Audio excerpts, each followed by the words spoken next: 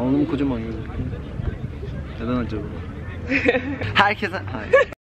Herkese merhaba. Bugün ODTÜ hazırlık hakkında konuşuyoruz. Bunun bu aralar çok fazla videosu çekildi. O yüzden ben çekmesem olmazdı. Ama yine de aklımdaydı gerçekten. Tercih listenize ODTÜ yazdınız, kazandınız, tebrik ederim, hoş geldiniz. Şimdi ilk olarak hazırlık seneniz bir balayı değil. Bu lafı çok duyuyorum insanlardan ve hocalardan. Ama kesinlikle balayı gibi geçecek bir sene değil. Hele ki şehir dışından geldiyseniz. Ankara'da nerededir, nereye gidilir, nereye gidilmez, kimlerle takılacaksınız, kampüsün genel işleyişini öğrenmek, buraya yerleşmek, Ankara'ya alışmak eğer ailenizden uzaktaysanız. Bunlar zaten bütün senenizi alacak şeyler ama bir sene sonunda da hallediyorsunuz. Şu anda Mayıs'a girdik. Ve ben hallettiğimi düşünüyorum. Artık genel olarak yerleştim ve buraya alıştım. Bölüme geçmeden önce rahat bir sene bekliyor gerçekten sizi.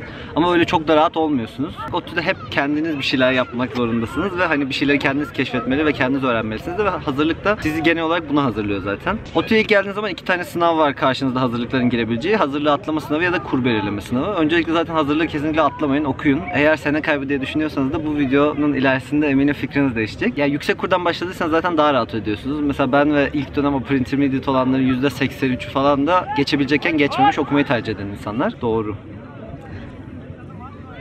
Şimdi kur dedim, kaç tane kur var ondan bahsedelim. İlk dönem Beginner, Elementary, Pre-Intermediate, Intermediate ve Upper Intermediate olmak üzere 5 tane seviye var. Tabii ki yüksek kurdan başlamak sizin için avantaj. Daha az ders saatiniz oluyor gün içinde ve kafanızı takacak daha az şeyiniz oluyor ama kur belirleme sınavına da çalışarak girmeyin yani. Çünkü sonra kendi kurunuzda zorlanıp zaten ilk midterm'de bir kur düşersiniz ve hadi bu da pek hoş olmaz. Böyle devam edersem çok fazla detay vereceğim. O yüzden şimdi daha genel,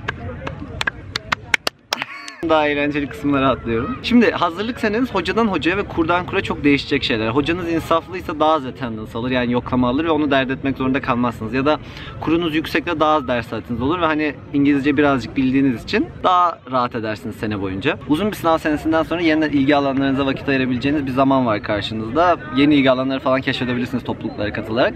Bir sürü insan tanıyorum. Senenin başından beri işte o topluluğa gidiyor, bu topluluğun etkinliğine gidiyor. Sertifika topluyor böyle. Bu böyle network kurmak falan ileride işinize yarayabiliyor.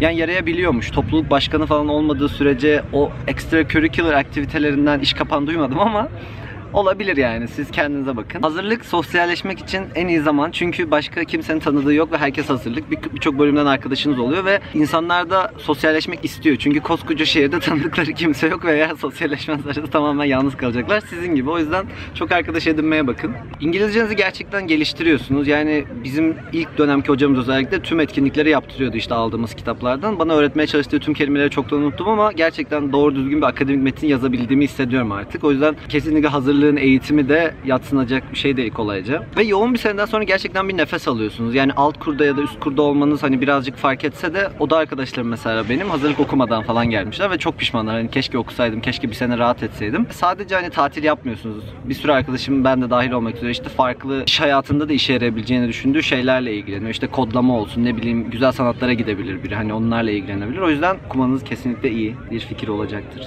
Şimdi birkaç tane uyarım olacak hazırlık okuyanlar için. Öncelikle kendinizi çok kaptırmayın çünkü her güzel şeyin bir sonu var. Ben bölüme geçeceğim için birazcık üzülüyorum.